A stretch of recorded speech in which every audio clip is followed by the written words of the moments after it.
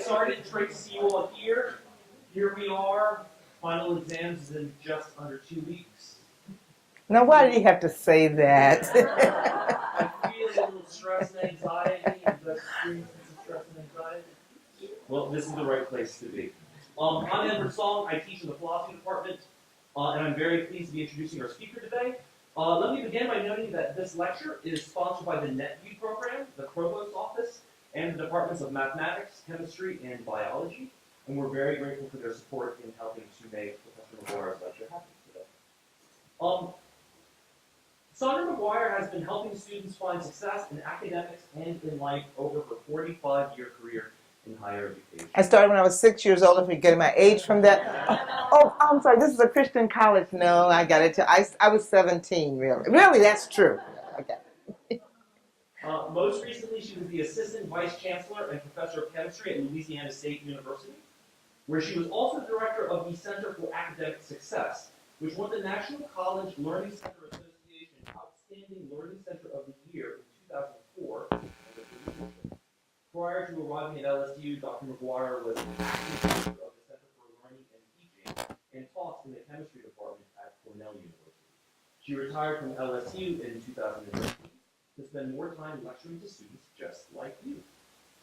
Now, before I arrived at Westmont, I spent 6 years teaching at LSU myself and got to see Professor McGuire's work firsthand.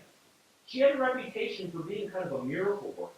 And you'd hear these crazy stories of students who were flunking out of math or general chemistry or whatever, and they would go down into the lower level. To the lower level. Well, wasn't the basement. Some people called it the basement. We called it the lower level. Yes. To the Center for Academic Success, and they would start earning straight A's in all of their classes. And part of the secret sauce for the work that they were doing there was that all of their learning strategies and study skills were rooted in the best, most cutting-edge research in psychology and cognitive science about how the brain works and learns. But more important was the sheer dedication, care, concern, and love that Professor McGuire had for anyone who knocked on her door. And when you talk to those students... Well, thank you very much. Thank you. That was like the best introduction I have ever had. Well, good afternoon, everyone. I'm from Louisiana. I want a response. Good afternoon, everyone. Good afternoon. Okay, very good, very good. Well, thank you all for coming out. I couldn't imagine that we were going to have this room full, and I see we are. So we're going to get right into this. And I want to start with actually the word. How many of you have heard the word metacognition? Oh, okay, maybe about 10%. And for those of you who haven't, it's obviously a compound word, and the root word is cognition. Yeah. And what does cognition have to do with? Thinking, exactly. And so metacognition, and we're going to define it more formally in a minute, but it's really just thinking about your own thinking. And so what we're going to talk about is how if you then it's going to really help you to, as I say, not only ace courses, but the rest of your life. I use it all the time in my own life. And thank you so much, Dr. Song, for that wonderful introduction, best introduction I've ever heard. And as he said, our center won the Outstanding Learning Center Award, and so that's just a picture when we were doing that. And the strategies that we're going to talk about this afternoon were so successful in helping not only students who were having some difficulty,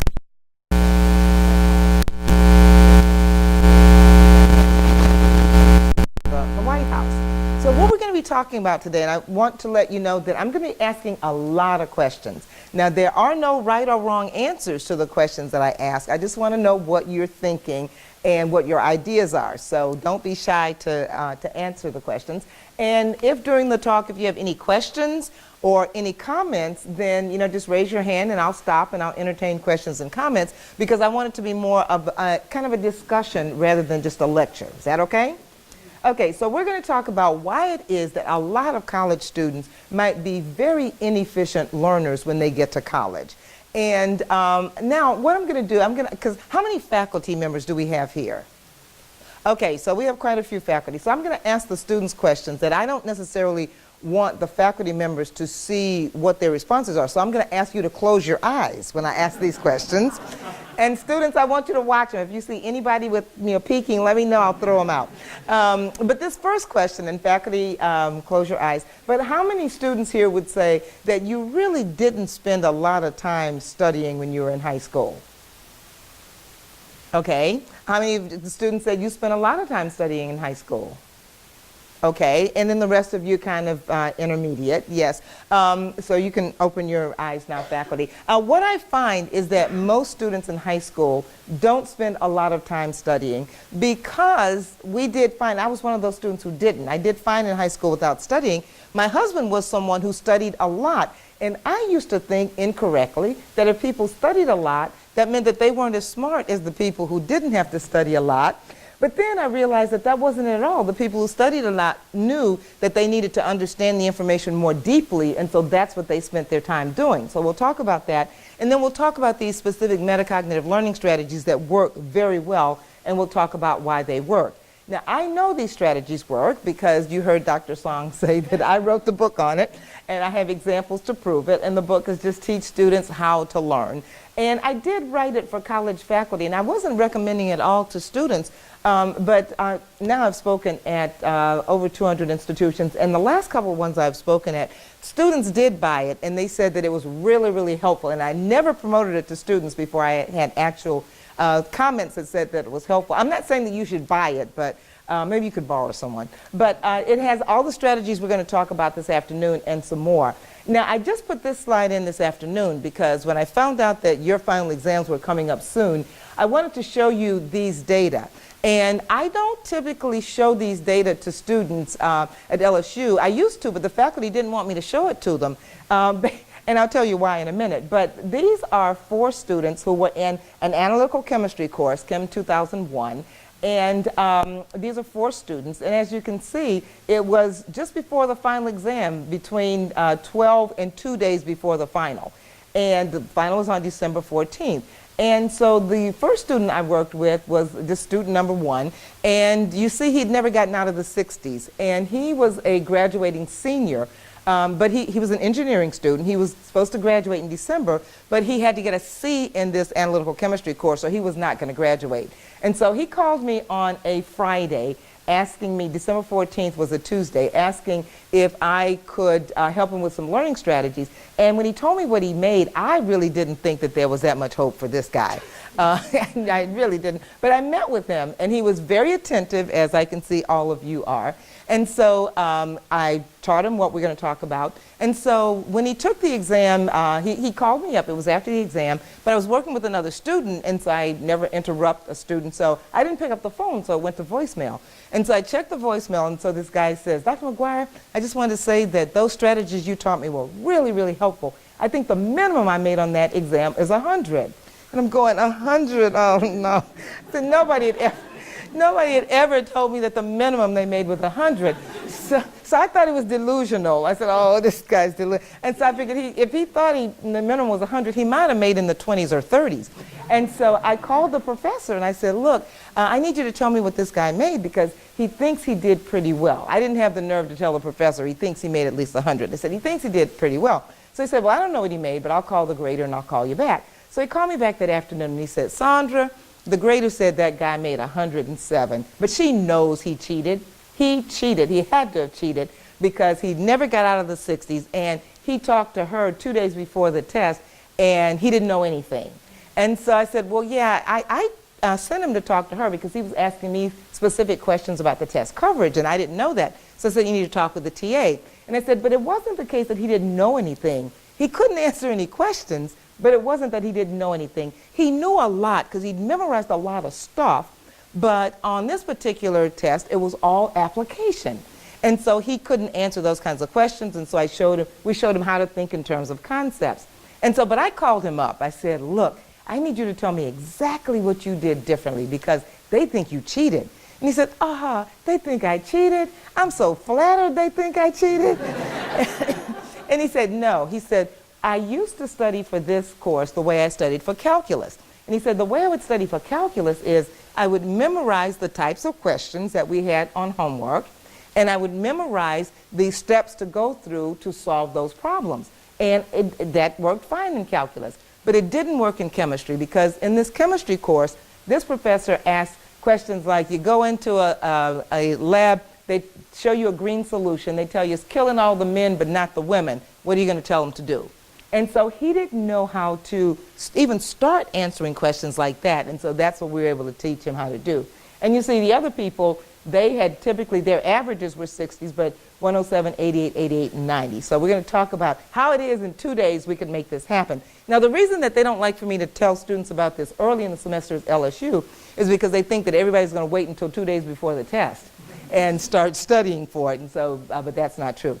Okay, so metacognition is just a term that was coined by a cognitive psychologist back in 1976, John Flavel. And it's your ability to think about your own thinking. It's kind of as if you had a big brain outside your brain looking at what your brain is doing.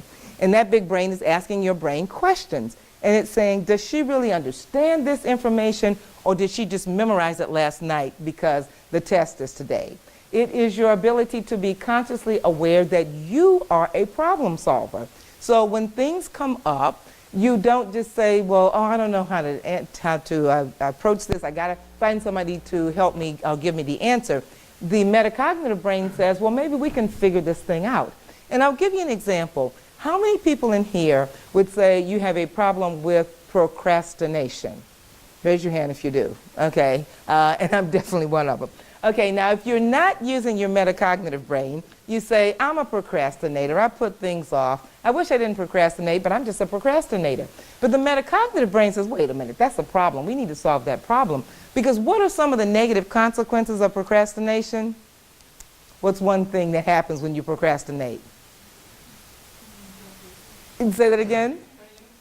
Exactly, turning in a poor paper because you're waited till the last minute, so you're not able to do your best work. What else? Yeah. Valuable time is wasted. And when you're wasting that time, what kind of emotions are you going through?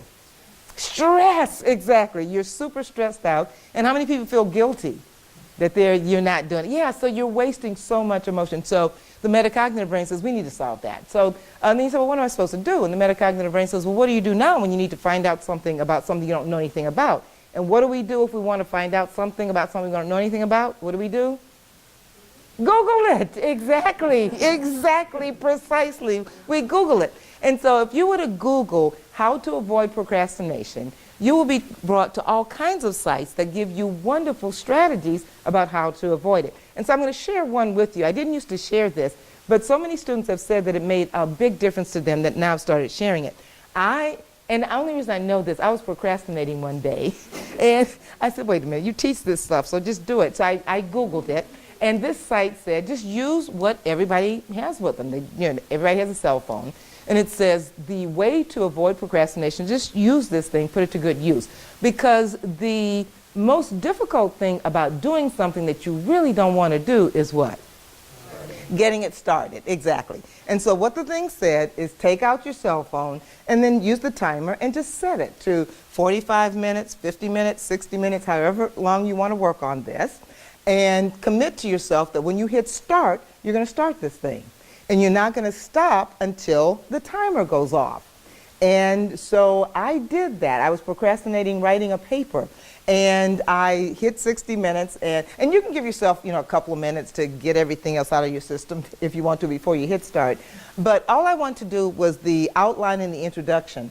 And at the end of 60 minutes, I had done the outline, the introduction, and 2 parts of the paper. So I encourage you to start using that procrastination strategy, because I know, and if you're like me, when I was preparing for finals, that was big procrastination time. So just use your cell phone timer, and that will make a big difference. It's your ability to monitor, plan, and control your mental processing. And so you really know what you understand and what you don't understand. How many people have ever gotten to a test or a quiz thinking, okay, I'm good, I know this stuff, and then you sit down and you look at the items on the test, and it's like, uh-oh, I'm not so good. Did that ever happen? Okay. Well, if you're using metacognition, you kind of know when you sit down what you know and what you don't know. It's your ability to accurately judge your level of learning. How many people here have heard a professor say something kind of like, Okay, this is in college. You're in college now. We're going to kick it up a notch. We're going to operate at higher levels because this isn't high school anymore. If you've ever heard a professor say something sort of like that, raise your hand. Okay, and if you haven't heard it yet, you probably will. Now, how many of you, well, who thinks you can tell us exactly what do those professors mean when they say we are going to operate at a higher level here? What do they mean? And again, there are no right or wrong answers to anything I ask. I just want to know what your thoughts are. Anybody thought about what they might mean when they say that? Oh, yes. You have more responsibility in your learning. Like, I'm not going to remind you when the exam is coming up or when. Absolutely. You have to take more responsibility for your learning. Sometimes they say, I'm not going to spoon feed you here. You've got to take control. What's another thing they're talking about? Yes. At least from my experience, it seems like a lot of the problems, like a lot of the homework or whatever, or tests even, as opposed to high school, in college it seems to be a lot more application. Yes. Yeah. So things are a lot more application as opposed to just knowledge. Absolutely. Did I see another hand? Oh, yes. Just learning a lot more at a faster pace. Exactly. There's going to be a lot more stuff coming at you at a faster pace. All of that's true. But how many people here have ever heard of Bloom's taxonomy? Anybody heard of that?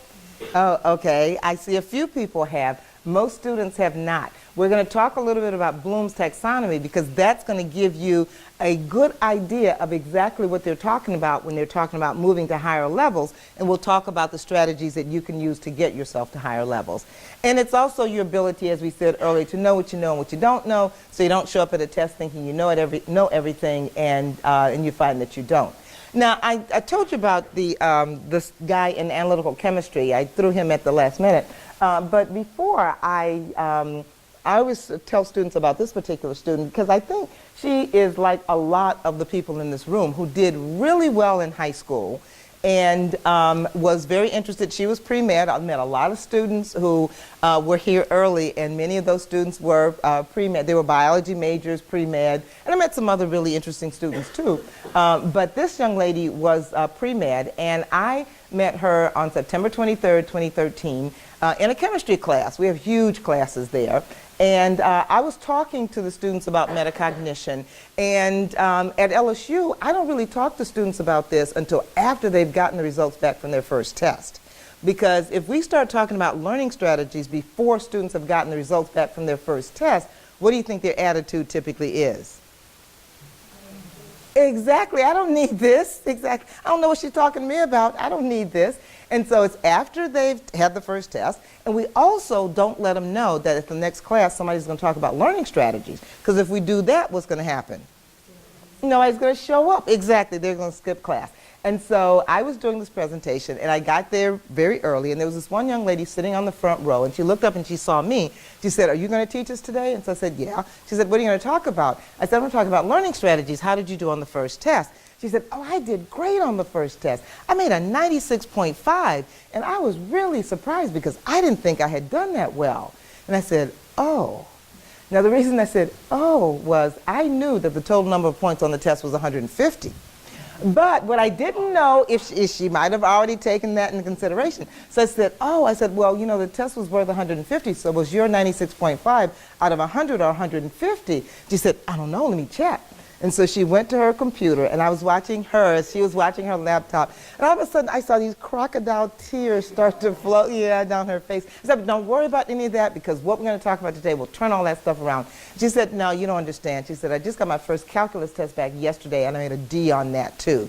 So she was demoralized. But to make a long story short, I got an email from her on October 14th telling me that she was happy to report that she'd just gotten her second calculus test back, and she made 100, and she said, and this time it's percent, 100%.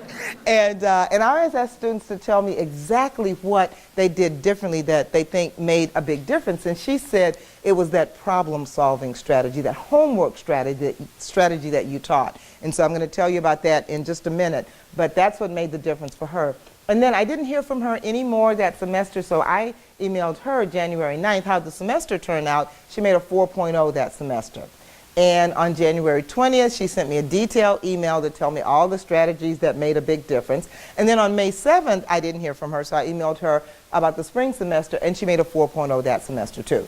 So she started out with 2 Ds on her major courses and ended up with 4.0. And there's lots and lots of students like that. And these are her grades, 64, then 197, 96, 90. And those were her grades in chemistry, and that led to the 4.0. And so now what I'm going to do is get into the actual process of how do you change yourself from what you're doing now that gives you the grades. And you may be a straight A student now, but I think if you do these things, you're going to find that you'll be more efficient at making those grades, and the learning will be deeper. So I want to start with a couple of reflection questions, and I want you to take about 30 seconds or so to get your own answer to the question, and then I want you to turn to your neighbor in groups of 2 or 3, or the person behind you, and just talk with them to see what they think about this, and we'll come back in a couple of minutes and see what we think of as a group about these questions. The first question is, what's the difference, if you think there's any difference at all, what's the difference between studying and learning? Okay? And then the second question is, dealing with 2 scenarios that I'm going to give you, and I want to know if you would work harder for one of these scenarios than the other. So first scenario, I say, well, I'll make it real. I say, a couple of weeks, we're going to have the final exam in this course, and you have to do really well on the final because you didn't do so well on the exams up to the final. So you know how much work you would put into that. That's scenario 1. Scenario 2, and I want to know if you'd work harder for scenario 2. Scenario 2, I say, a couple of weeks from now, we're going to have the final exam in this course, and I've decided to give the class what they kept wanting me to do before the exams, but I didn't do it because I didn't think the class needed it. But they all wanted me to give a review session. And I said, no, I'm not going to do that. You don't need a review session. But the class didn't do so well on the exams. So I've decided that before the final exam, I am going to offer a review session, and you are going to teach that review session. So I'm going to have you come up to the front of the class, and you're going to go over all of the important concepts, paying particular attention to the more difficult concepts to make sure everybody is prepared for the final exam to do very well. Would you work harder for one of those than the other? And if so, which one and why? So those are the questions on the table. Take about 20 seconds to get your own answer, and then just turn to your neighbor or 2 or 3 people and discuss their answers, and then we'll come back in a minute and see what we think of as a group about this. So start thinking and talking.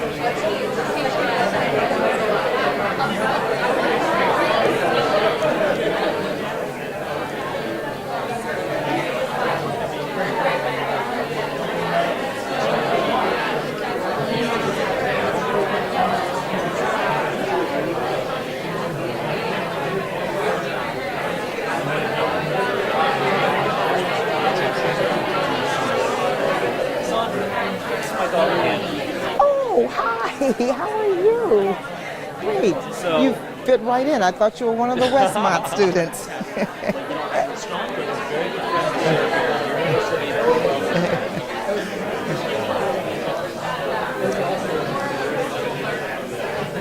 Let's take 30 more seconds.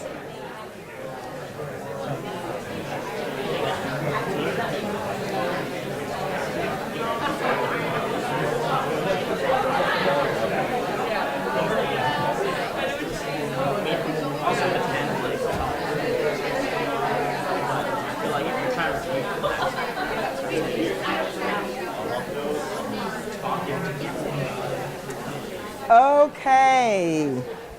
Sounds like we had some great discussions out there, so let's see what we came up with as a group. So let's start with the first one. And since I said what's the difference, if any, let me ask, is there anybody here who would say that studying and learning are exactly the same thing? Okay, and that's usually the case. So who would like to share with the group how you characterized the difference between studying and learning. Okay, one, and actually I usually like to have 3 responses to every question. So, and I like to point out 1, 2, and 3 before we start. So here's my number 1, okay, here's my number 2. I need a number 3. Okay, number 3, yes. Okay, so number 1. I would say studying is coming across information learning is coming across the information for the first time and discovering it, and then studying is kind of cementing it and making sure, and learning to understand it more and concretely making it. Got you. Okay, so learning is when you see it for the first time, but then studying, you're going to really make it concrete for yourself. Okay, fantastic. Number 2. I would say more learning is any process in which you're trying to understand it better, and studying is more like going through checkpoints to make sure you do know it, so you can go through your checkpoints and say, oh, I don't know this one anymore, or as well, and then you go and learn more of that. Oh, okay. So studying is when you recognize that you do need to understand it more deeply, so you go through that process to do this. Now, I was told that Westmont students are very different, and I haven't heard the number 1 answer. I mean, these are great answers. You know, you guys are absolutely right, but you're just much more sophisticated than than most students I talk to. Okay, where's number 3? Yes, what did you guys say? Just observation that studying tends to, well, it's just like spending time on the information, and then learning is actually expending the mental effort to understand it. Bingo. That is the number 1 answer I get. That most times, and let me know if anybody was thinking, usually they'll say, studying is just memorizing information for a test or a quiz, or, you know, going through the motion of spending time on it. But learning is when I understand it, when I can explain it, when I see connections to what I've already known before. Who was thinking of it as that distinction? Anybody? Okay, and how many people were thinking of it as learning is when I see it for the first time and studying it is when I make it my own? Who was thinking that? Okay, and then I think what you were saying was kind of like learning is the more deep, deep learning you do when you're making the effort. And all of those are fine, but for purposes of this discussion, I want to use the distinction that many times when we study, we are spending time on the information. And what's the number 1 activity we're usually doing when we're studying? Okay, listening to music, listening to music, and you're trying to maybe reread or memorize, whereas when you're learning, you really want to know it very well. Okay, now if we take that as the distinction, and Falcon, I want you to close your eyes again. How many of us would say that up to this point in at Westmont, you've spent a little bit more time in study mode than you have in learn mode? Okay, how many people would say they've spent more time in learn mode than in study mode? Okay, and 50-50 or so? Okay, faculty, you can open your eyes again. Okay, yeah, these Westmont folks are learners. Y'all are learners. I love this. But for the few of us who have been, like I was in college, spending a lot more time in study mode, the idea is to get into learn mode by using the strategies we're going to talk about in a minute. And I think we can do this next one in unison. For which task would you work harder, A or B? B. Okay, so somebody tell me, why would you work harder for B? Yeah, I need 3 people again. Yes, 1. And I need a 2. I need a 2, and I need a 3.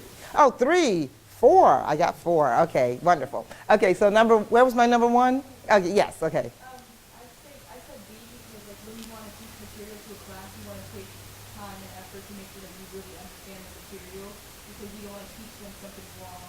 Okay. So you put in more effort trying to learn the material. Got you, yeah, because you know you really have to understand it because you don't want to say anything wrong. Excellent. Where was my number 2? Okay, yes. Yeah, similar. B's just more difficult because I think you can imagine someone getting an A on a test but not being able to do B.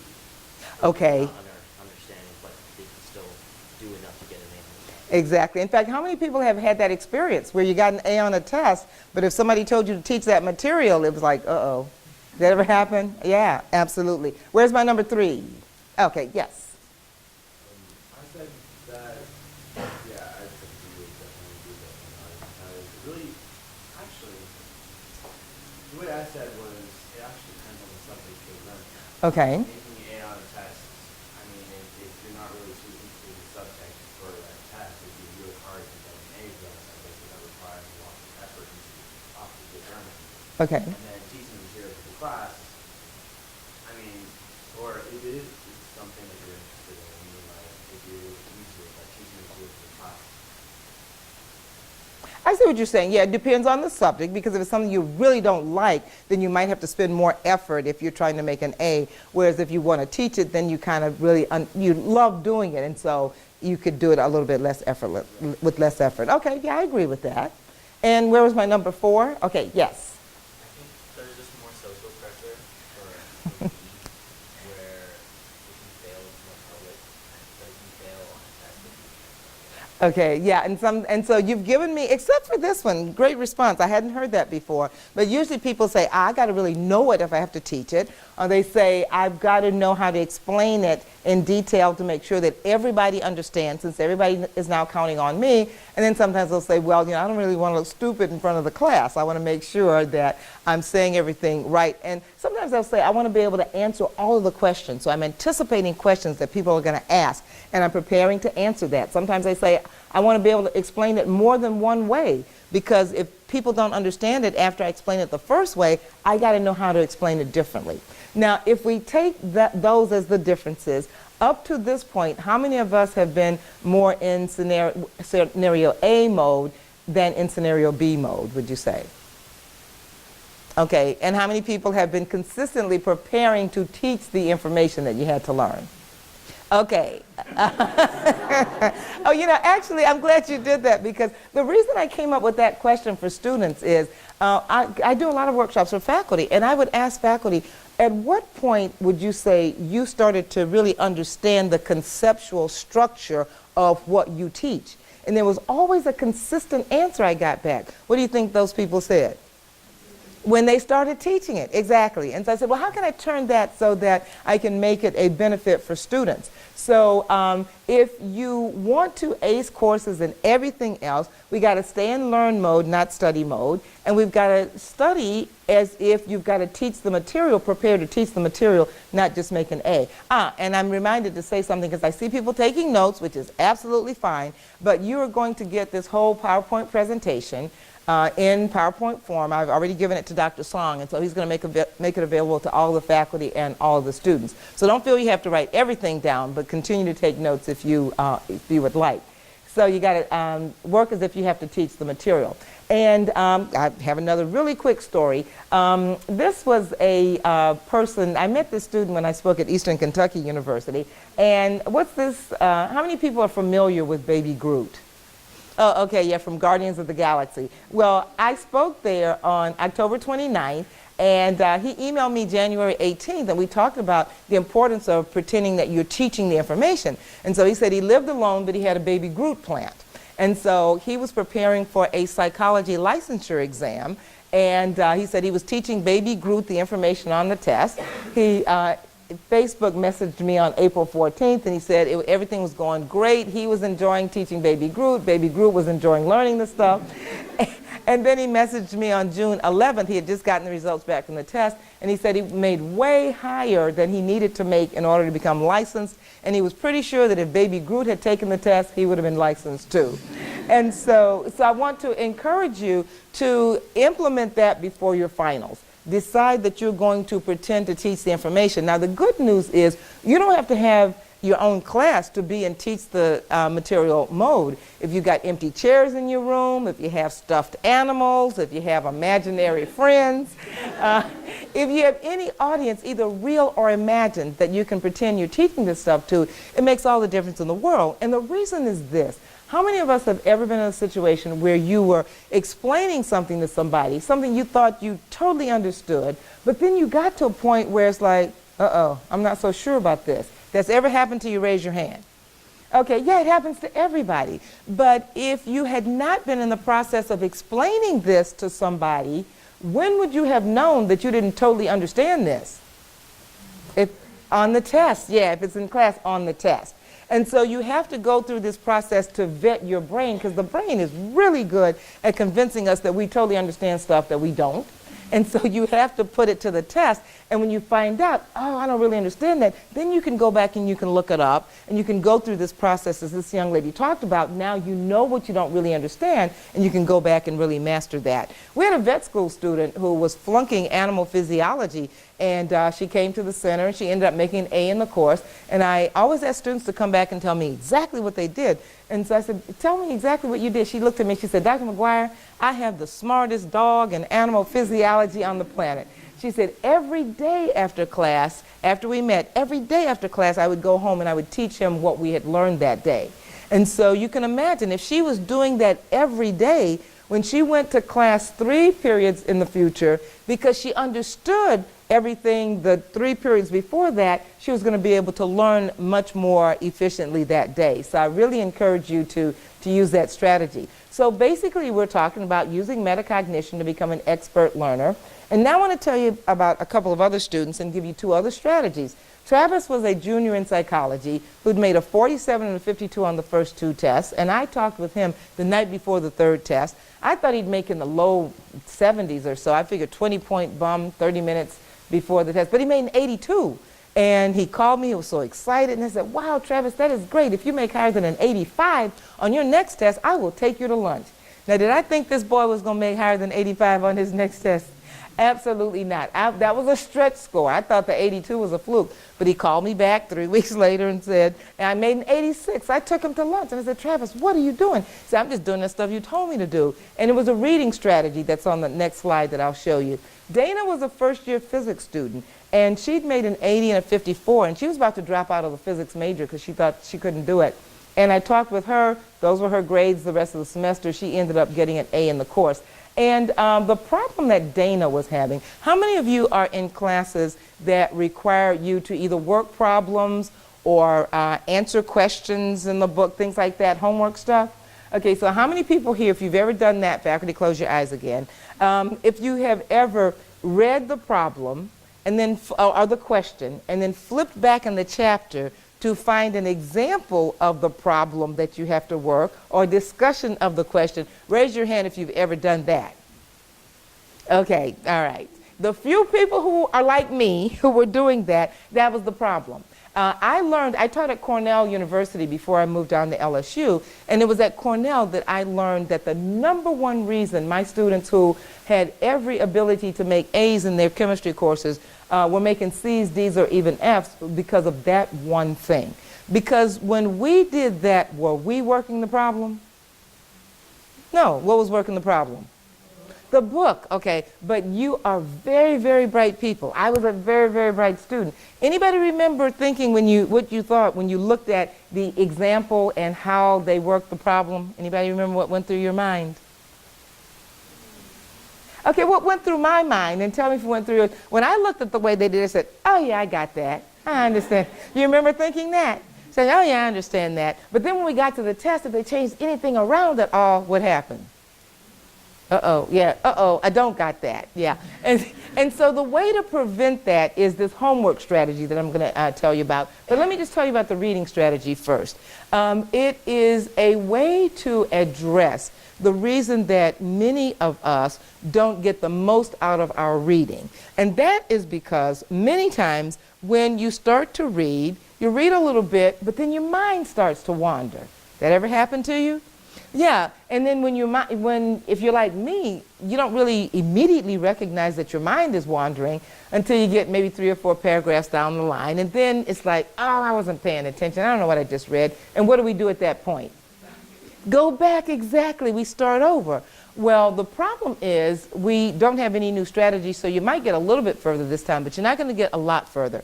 And so this process is a process that works with the brain the way the brain works most efficiently. We know that when the brain is trying to learn something new, if it has a big picture, if it has an overview, and then gets individual details to fit in that big picture, it's much more efficient than if it just starts out getting individual details, trying to create its own big picture. And so the first thing to do when you're about to read is do a survey. And you can do a survey with your textbook. You can read the introduction, but then break it up into sections, and when you decide the section you're going to read, just look at the boldface print, the italicized words, any charts or graphs, so your brain knows what it's about to learn about. And then the next thing is to come up with questions that you want the reading to answer. And I'll give you an example from chemistry, since I was a chemistry professor. Let's say if I were reading a chapter on acids and bases, I might see strong acid, strong base, weak base in italics. And so I might say, well, I wonder what this book is going to say is the difference between strong acids and weak acids, or between acids and bases. So you give yourself a purpose for doing the reading. And then the next step is when you start to read, just read the first paragraph. Just one paragraph, stop, put that information in your own words. Paraphrase that information, and then read the second paragraph. Stop, put that information in your own words, and try to fold in what was in the first paragraph, and then read the third paragraph the same way. Now, I got to ask you at this point, oh, yes. Yes.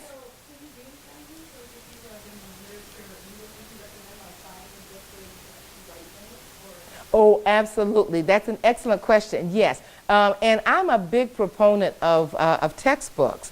Now, this probably doesn't happen here, but actually I want to really know. So I'm going to ask the faculty, close your eyes one more time. Close your eyes. Okay, for students, if you've ever heard a professor say this, raise your hand. If you've ever heard a professor say, you don't really need to buy the book for this course, raise your hand. Okay, faculty, you can open your eyes. At many other places, I get students who raise their hands when I ask that question. And the reason is, oh, well, what do you think those professors are trying to do when they say you don't really need to buy the book for this course? What do you think they're trying to do? Say that louder. Save you money. Exactly. They're trying to save you money because textbooks are really expensive. But I'll just do this little exercise with you that I was not going to do, but since you asked the question, thanks for asking that question. I'll tell you why a lot of times professors say you don't really need to buy the book for this course, because if you don't have the book, now what are you supposed to use to study the information? What are you going to use to study the information? Your notes, right? Okay. But now if I were to draw a C, a space, and a T, and ask you, what's the first word that comes to your mind when you see that, what would you tell me? Cat. Okay. But if we lived in a culture that had no cats, and you didn't see that word growing up, would cat have jumped into your head? Absolutely not. The way the brain operates is, if it is very familiar with something, large chunks of it could be left out, and your brain automatically fills in what's missing. That's why your brain saw the A in cat, but some people might have seen an O for cot. Anybody see that? Or you? Oh, okay. Most people see cat. And when you see those text messages, you can read those. You can read those specialty license plates because you're very familiar with that information. Well, the notes for a class are really the C space T version of the information. That's why they have so many fewer pages. But when the professor looks at the notes, the professor says, everything that's on my test is in the notes, right? Well, it is in the notes. It's all in the notes that the professor sees. But is it in the notes that you see? No. If your brain doesn't have any information to fill in what's missing from organic chemistry or from philosophy, then it's not going to see it. And so you have to get the book so that your brain will see what the professor's brain sees. And in terms of, what's more expensive, buying a textbook or getting a C in organic chemistry that's going to keep you out of medical school? Okay? It's all relative. Buying the textbook or getting a D in a political science course that's going to keep you out of law school. So everything is relative. So thanks for asking that question. And yes, I think we do need to get the book because our brains need that information because we don't have the information that will fill in. And when the professor's writing the test, he or she is writing the test based on whose brain sees the information? Their brain, yeah. And the only way for you to see that is to buy the book. So yes, thanks for asking that question. Okay, now let me ask though, I said, you read a paragraph, stop putting your own words. Does that sound like if you got to do all that, it's going to take a long time to get to the reading? Yeah, but when I ask students who've done that, they'll come back, and I've taught law school students this strategy, and they all say, wow, that reading strategy is great. I'm getting so much more out of my reading now. And I'll ask, I said, well, tell me, are you finding that it's taking you longer to do the reading using this process than what you were doing before? And to a person, they said, well, no, actually, I finished the reading sooner using this process than what I was doing before. So my question to you is, why should it take less time to do all this stuff in the reading process than what they were doing before? Because you don't have to go back and reread. Yes. Okay, and what were you going to say? Same thing. Yes, you don't have to go back and reread. The other way, the old way, you would read a little bit, but then you have to go back. Read, go back, read, go back, read, go back, read, go back. With the new way, you are moving more slowly through the information, but you get to the end point sooner because you're not doing all that back and forth. And there's one other really important reason. What is it? Well, and it's kind of inherent that you don't have to go back, but you understand. Oh, yes, what were you going to say? I was going to say that you're actively reading, so you're less distracted. Exactly. You're actively reading, you're less distracted, so you're understanding more, you're connecting things, and you're really understanding what you're reading. And so you actually speed up. Because can you imagine, when you get to the 7th paragraph, if you've understood everything in the first 6, are you going to be able to read the 7th paragraph faster? Yeah, and so you speed up as the process goes. And so I really want you to start using this, this process for your reading. And if you want to annotate, you can write notes in the margin or whatever, and then review after you finish the section. Just stop and try to review the information in that section, and then you can reflect on other views. If it's a social science book, you might say, well, what ideas did this author have that I really disagree with, and why do I disagree with them? Or if it's a physical science or math book, you could ask the question, what did I find more difficult to understand? If I were in a conversation with the author and I wanted him or her to make something more clear, which section would I tell them to do? So definitely try that reading strategy. And then back to Dana, it was the way she was doing her homework.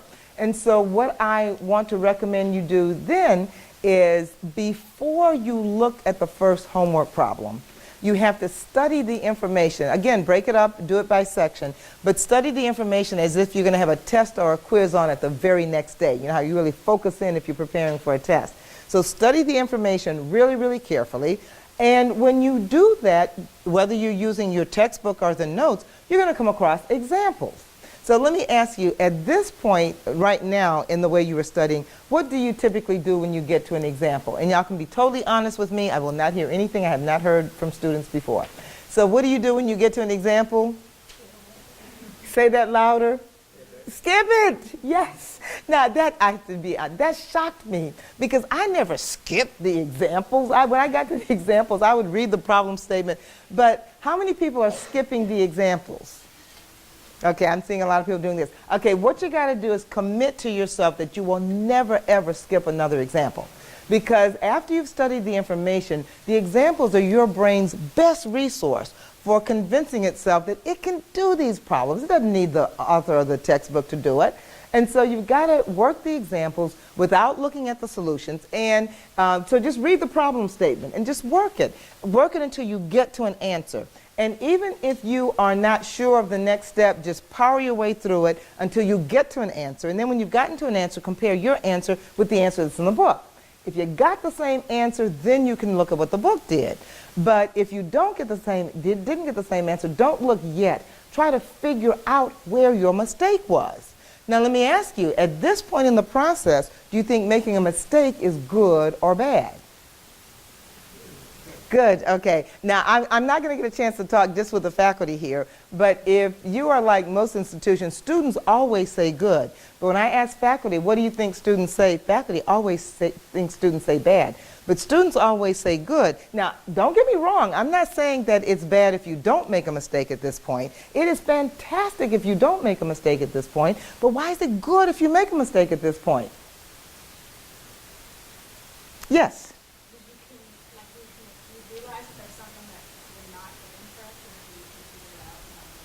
Exactly. Now you know where your brain is having a tendency to go wrong. You now know what you don't totally understand, and you can fix it. What's another reason?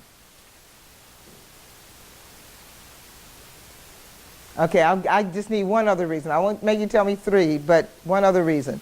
Why is it good if you make a mistake at this point? Yes? It forces you to go back through the material and see where you went wrong. And the other reason, very important reason, is related to this.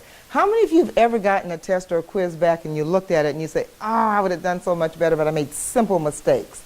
Did that ever happen? You made simple mistakes? Okay. My position is that there's no such thing as simple mistakes. Mistakes are things that have to be made. And so either you're going to make them during this process, or where you're going to make them? On the test. And that's the third reason. You don't lose any points if you make a mistake at this point. But if you don't make the mistake at this point, you will make the mistake on the test and it'll cost you points. So it's really, really important to go through that process. Yeah, check to see if the answer is correct. If it isn't, figure out where your mistake was made without consulting the solution. And then once you've done that with the examples, now you're ready to tackle the homework problems. And work 3 or 4 of those without stopping, kind of do it at a pretty brisk clip to make sure that you're kind of putting yourself in the testing conditions. So that homework strategy, I really, really urge you to put in practice. And this is what the analytical chemistry guy did, one of the things that he did before the test. Okay, so now what I want to do is a quick activity to show you why it is so easy to be making 20s, 30s, 1 week, and 90s and 100s 3 weeks later. So we're gonna do this little exercise. On the next slide, there are going to be a series of words or short phrases, and they all have vowels in them. And I want to see how accurately you can count the vowels on the list. I'm going to give you 45 seconds to do it. If you finish before 45 seconds are up, I want you to just go back and make sure you have exactly the right number of vowels. But if you don't finish, well, you're going to finish, but we all do have to stop at 45 seconds, and I will give you the 5-second warning, okay? Is everybody ready? Okay, so let's start counting the vowels now.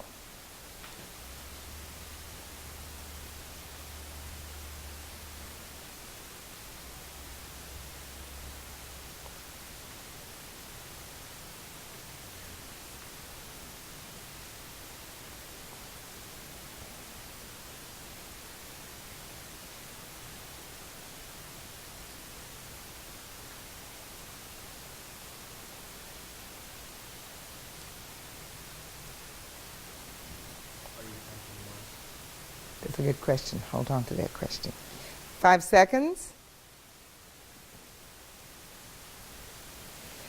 And stop. Now I would like to know how many of the words or phrases you remember from the previous slide. Okay, and I'm going to get back to the question about the whys in just a minute, but let me just see by a show of hands. There were 15 words on the list. Anybody think you remember 10 or more? Okay, so raise your hand when I get to the number you think you did remember. 9, 8, 7, 6, 5, 4, 3, 2, 1, 0. Okay, so it looked like our average was about 2. I saw lots of 2s and 1s, but I saw a few 3s. There were 15 words on the list. 2 out of 15 is about 13%. What letter grade is 13%? It's kind of F minus, right? Okay, now I'm going to ask you to look at the words again, and I'm going to ask you to look at them from top to bottom, and I'll tell you they are arranged according to something. And I want to ask you, if when you realize what they're arranged according to, then just yell it out. If you look at them top to bottom. Numbers, exactly. Dollar bill for 1, dice for 2, tricycle, 4-leaf clover, hand, 6-pack, 7-Up, etc. So now what I'm going to do is give you 45 seconds to memorize the words or phrases. And this time when 45 seconds are up, what I want you to do is just close your eyes and silently recite them to yourself. And then when you think you've remembered as many as you're going to remember, then open up your eyes, okay? So let's start memorizing the words now.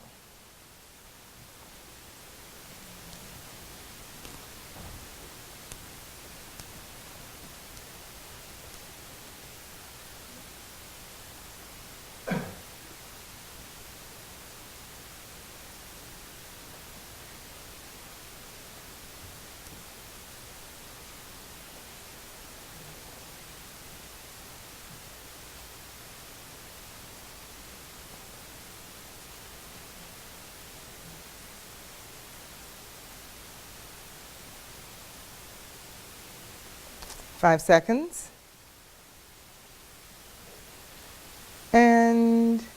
stop. So just close your eyes and in complete silence, please just recite them to yourself, and then open your eyes when you think you've remembered as many as you're going to remember.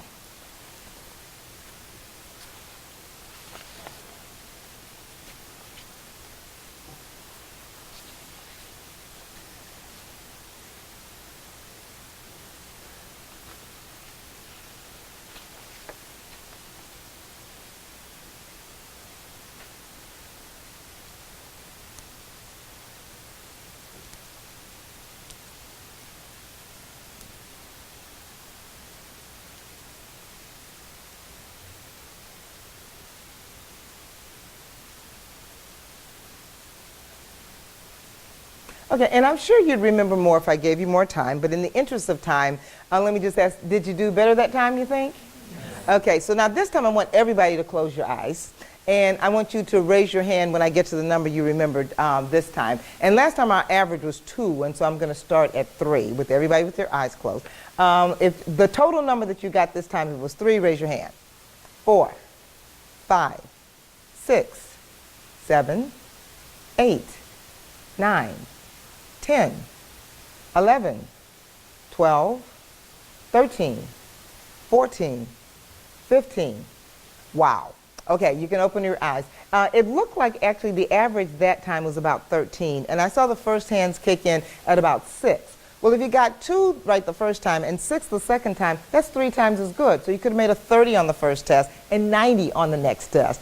But the average of the group went to around 13, which is about 87%. Now, the reason that we did so much better the second time is not because we're any smarter. We're not any smarter now than we were 5 minutes ago when the average was 2. But there were 2 major differences between the first and second attempt. What was one of the major differences? Okay, what we were focused on. Yeah. And y'all are so polite. You didn't say you lied to us. You lied. I told you I wanted to know the number of vowels, but then I asked you what the words were. Well, the way that relates to our classes is, how many of us have gone into a test thinking that the goal was to acquire this particular skill, and then you got to the test and you saw that it was something totally different? Yes. So you have to know exactly what the task is. And that's related to the question about, was I counting wise? How many people actually thought of that question in your mind? I wonder if she's counting wise. Anybody? Okay, yeah. Well, the take-home lesson with that is whenever you have a question on an exercise or an exam, you have to ask that question, because the answer to that question could also make the difference between a 60% and a 90%. And so always ask the professor, and many times they say, oh yeah, I intended to tell the class that. No, I'm not counting Ys because the Y rules are a little bit squishy. Or yes, I am counting the Ys. And so always ask if that question comes up. But in this case, as you see, I wasn't counting the Ys. But how many of you knew that I wasn't counting Ys? Okay. And how did you know that? Somebody who knew that I wasn't. Yes. Okay. Yeah. Because on this one, it said A-E-I-O-U. But now the person who asked that question is probably like me. I am not really a visual learner. I don't really pay much attention to diagrams. And so I would have read that, I would have heard it, but I would never have noticed even the A-E-I-O-U. How many of us here didn't really pay attention to the A-E-I-O-U? Anybody else not notice that? Yeah. Yeah, and so you always have to ask whatever question comes up. So we knew exactly what the task was, and what was the other major difference? The associations, exactly. We knew how the information was organized. And that's another one of these brain principles that we know now, that whenever the brain is trying to learn something new, it is always trying to connect it to something that it already knows. It's trying to see connections. And in this case, our brain liked to connect it to the number system because we're very familiar with that. And cognitive psychologists called that the developing an anchor for the new material. So whenever you're learning something new, try to think about, what in real life does this remind me of? Have I ever seen anything like this before? Because you'll be able to learn that information more deeply. So we knew what the task was, and we knew how the information was organized. Now, the way that we've talked about several ways you can turn yourself into an efficient expert learner, and this is just kind of a summary of that. But we talked about doing those think aloud exercises. We talked about, well, actually, we didn't talk about constantly asking yourself why and what if questions. That advice came from a student when I was talking to a group of students at a dental school. And I asked the question, what's the difference between studying and learning? And this one young man said, for me, the difference is this. He said, studying is focusing on the whats, but learning is focusing on the whys, the hows, and the what ifs. And I find that if I concentrate on the whats, just the whats, if I forget them, I can't recreate them. But if I concentrate on the hows, the whys, and the what ifs, even if I forget the whats, I can recreate them. And so whenever you're learning something, then just ask, why would it be the case that cities would tend to spring up near bodies of water? Why is it that when you move from left to right on the periodic table, the sizes get smaller, but you go from top to bottom and the sizes get bigger? So if you always answer those questions, it's going to make a big difference. And then always test your understanding by verbalizing or pretending you're teaching, and then moving yourself higher on Bloom's taxonomy. And this is what we talked about earlier. Now, Bloom's taxonomy is really, really important to understand if you want to improve your learning and your performance on your finals. And it's just a hierarchy of learning levels that were developed by a cognitive psychologist, Benjamin Bloom, at the University of Chicago. And at the very lowest rung is remembering, just straight memorization. And up from that is understanding.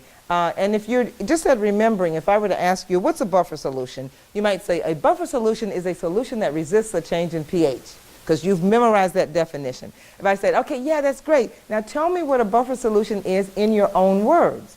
If you say a buffer solution is a solution that resists a change in pH, then you're not at you're not any higher than remembering. If you're at understanding, you could, in your own words, tell your 80-year-old grandmother or your 8-year-old nephew exactly what a buffer solution is. You could tell them in words they understand. You could give them examples and analogies from their own life. If you're at applying, now you can answer questions you've never seen before. You can work problems you've never seen before. If you're at analyzing, you can take any concept and break it into simpler concepts. So if I asked you to give a 3-minute mini lecture on buffer solutions, you could come up and you could talk about the importance of using weak acids as opposed to strong acids. You could tell me about the Henderson-Hasselbalch equation. You could tell me about the common ion effect, and you could talk for 3 minutes without saying, well, it's kind of like, I think it has something to do with, you would just be very fluent with the information. If you're evaluating, I could give you 2 buffer solutions and ask you which one of these is going to be better at holding a solution at a pH of 2.3. And if you're at creating, I could say, go in the lab, there's acids and bases in there, and make me a buffer solution that will hold a solution to a pH of 9.2. Now, if we take that as the different levels of Bloom's taxonomy, I want you to think back to high school and think about the highest level that you typically had to operate in high school to make A's and B's. So if you were a really good memorizer, if you could make A's and B's, then it would be number 1. If you routinely had to be able to state things in your own words, then you were understanding, et cetera, et cetera. So how many people would say that the highest level they typically had to operate to make A's and B's in high school? No, actually, I'm not going to do it that way. Just hold up your fingers and tell me, show me what level from high school you think you typically had to operate, okay, to make A's and B's. Okay, yeah.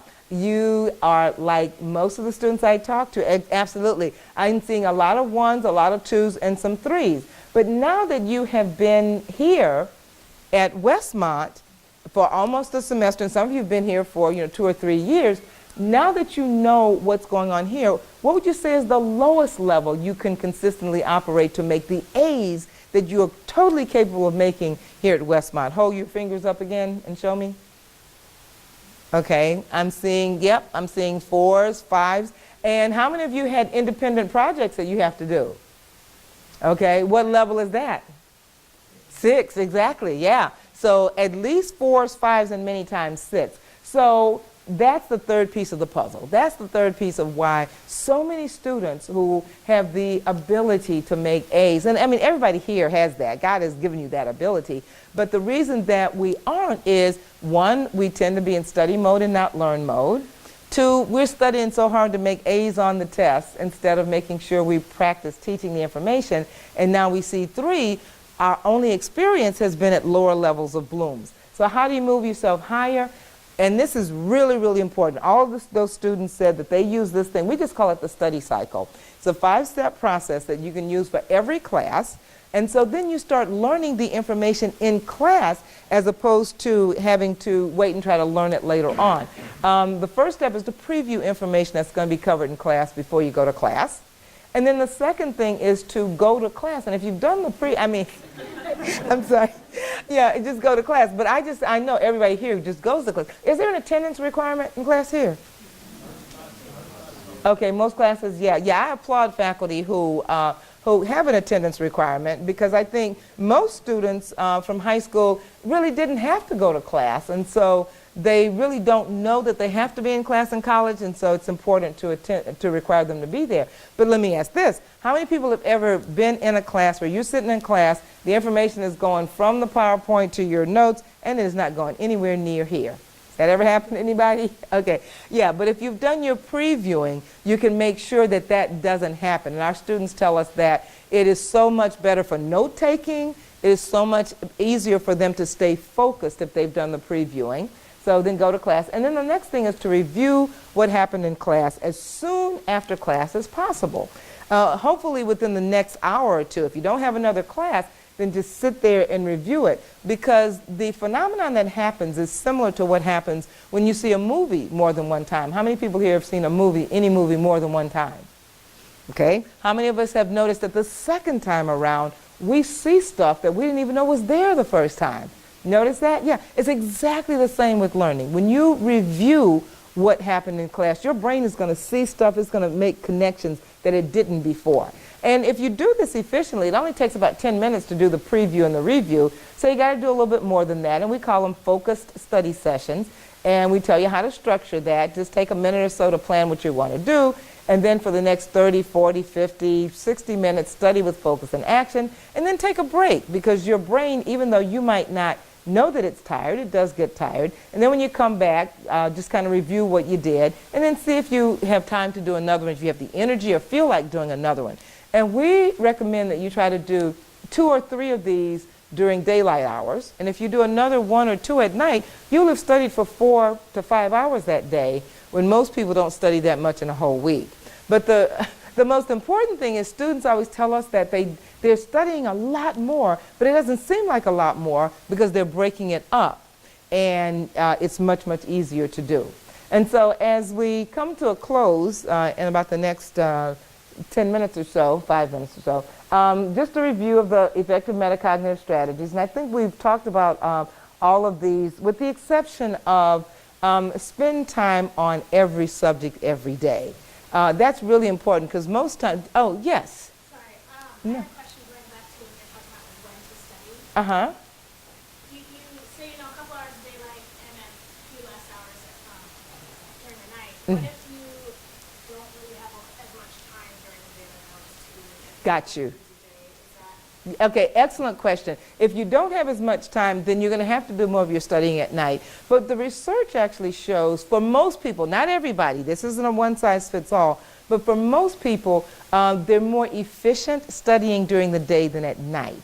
And why do you think that would be the case? Anybody? Yeah, because you're more tired at night. You're more likely to have distractions at night. But you're right, if you don't really have the time. But I'm going to suggest that even if you have like a 20-minute break, then you can do one of those things really quickly. Take a minute to decide, study for 15 minutes, and then whatever you can do during the day. But again, it's not one size fits all. And so you may find that you're more of a night person. But I want you to do the experiment. Spend a couple of days studying during the daylight and then at night, and then you can see for yourself which one works better for you. But great question. Thank you. Okay, and so, yeah, spend some time on every subject every day so that you are not forgetting stuff. And then aim for 100% mastery, not 90%. That's really important. How many of us have ever, on a test or quiz, aimed for 90%? We just want to get an A. Okay, I used to do that all the time. But do you study differently if you're aiming for 90% than 100%? Yeah, what's one thing you do if you're aiming for 90 and not 100? Exactly, exactly. And I used to do that all the time. If it was stuff that seemed like it was going to be really hard or take a long time to learn, I would say, that's probably not important because it's probably not going to what? Exactly. It's probably not going to be on the test. Was it on the test? Yes, it was always on the test. And was it more than 10 points? Yes, a lot of times it was. And so you've got to aim for 100% mastery. And here's that tip. Yeah, daylight hours, use them wisely. Because some studies have shown that you can get 50% more done during daylight hours than in the evening. And so I want to ask you, I'm going to show you data from an engineering professor at New Mexico State University. No, I'm sorry, the first data are going to be for my students at LSU. I taught the learning strategies, and as is the case with everything, some people did it, some people didn't. Some people made an A on the next test, some people flunked the next test. And so I did a little survey of the people who made an A and the people who made an F, and I asked the people who made an F, what is it, because you know the strategy, so what is it that you didn't do that you think contributed to your F? The people who made an A, I asked them, what did you do that contributed to your A? And these were the answers. The top 5 reasons people didn't do well, they said they didn't spend enough time on the material. They started the homework too late. And that's really important because when do most people start doing their homework? The night before. And when you start the homework the night before, what is your main goal at that point? You're in what I call get her done mode. Just get her done, get her done. And if you're in get her done mode, you're not going to be able to make yourself use that strategy we talked about because you're not going to have enough time to do it. So they started it too late. They didn't memorize the information they needed to memorize. They didn't use the book. They recognized that that was important. And they assumed they understood information that they'd read and reread, but they hadn't applied. The top 5 reasons people made an A, they said they did that they call the study cycle that preview review thing. They did that for every class. They did a little bit of the homework at a time. They used the book, and they didn't just do the required problems. They did the recommended problems to get extra practice. They used flashcards, made flashcards of stuff they had to memorize, and they made sure they practiced explaining the information to others. And as you've seen, you don't have to have anybody else to explain it to. Just, your empty chair, your imaginary friend, whoever, if you just go through the process of explaining it. And so this is where New Mexico State comes in. I presented those data in October at New Mexico State, and there was an engineering professor. He immediately went and he showed that to his students, and they gave them a little survey to determine whether they had been up to that point. They'd had 2 exams by the time I got there, but to see if they were more like the students in the first group who weren't using the strategies or the ones who were. And then he went and he looked back at the averages on the first 2 exams, and he saw that the students who weren't using the strategies, 58 and 54 average on the first 2. Students who were, 95 and 80. He was shocked. He said he was amazed that there was that big of a difference. And so then he went back and he showed that to the students. He encouraged those students who weren't using the strategies to start using them. And so a lot of them did. And these are the things that they started doing the homework early, reading material before going to class, spending more time, studying for the exam sooner, et cetera, et cetera. And he said the class average increased from 65.7 to 80.5. He'd never seen that before. And so it really, really, really makes a difference. So if you start implementing the strategies today, you really will watch your reading skills, problem-solving abilities, and your final exam scores and your grades really soar. Now, the one thing I do want to say about finals, because I do have a lot of examples of students who had a D or lower going into the final and ended up making an A on the final. But what you have to do there is recognize that you were probably not using the right strategies on those first tests. So you do have to go back to the beginning of the course and use those strategies to go over everything, but it takes a lot less time to do that than you might think it would. And so if you've got 2 weeks left, there was another student, he was an engineering student, and he had a low D average, and he got together with a friend a week before the final, and they ended up making an A on the final. So, so you can do this. So I'm going to end with what I call the ABCs of success, and they are just attitude, behavior, and commitment. And I have a quote for each one. And the A is for attitude, and the quote is, "It's your attitude, not your aptitude, that determines your altitude." Okay? And somebody just tell me in your own words, what does that quote mean, you think? It's your attitude, not your aptitude, that determines your altitude.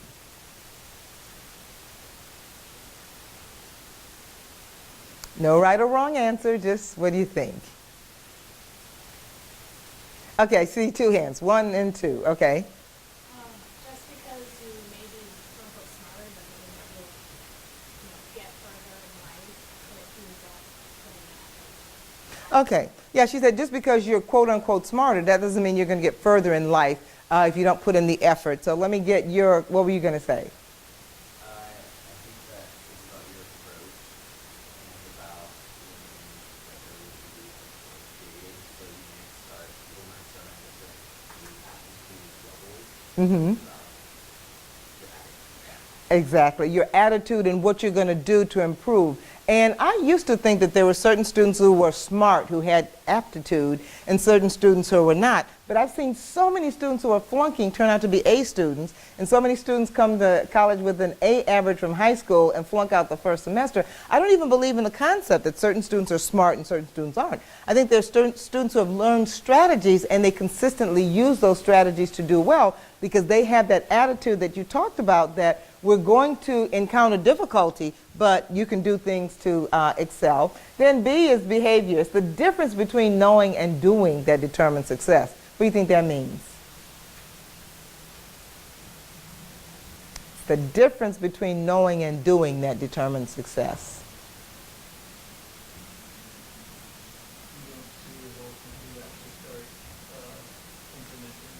Absolutely. You don't see any results until you start implementing the strategy. You could know all the strategies in the world, but unless you, like the Nike commercial, unless you just do it, you're not going to see get any success at all. And then the C is for commitment. And the quote is, "It's not over till it's over, and only you can determine when it's over."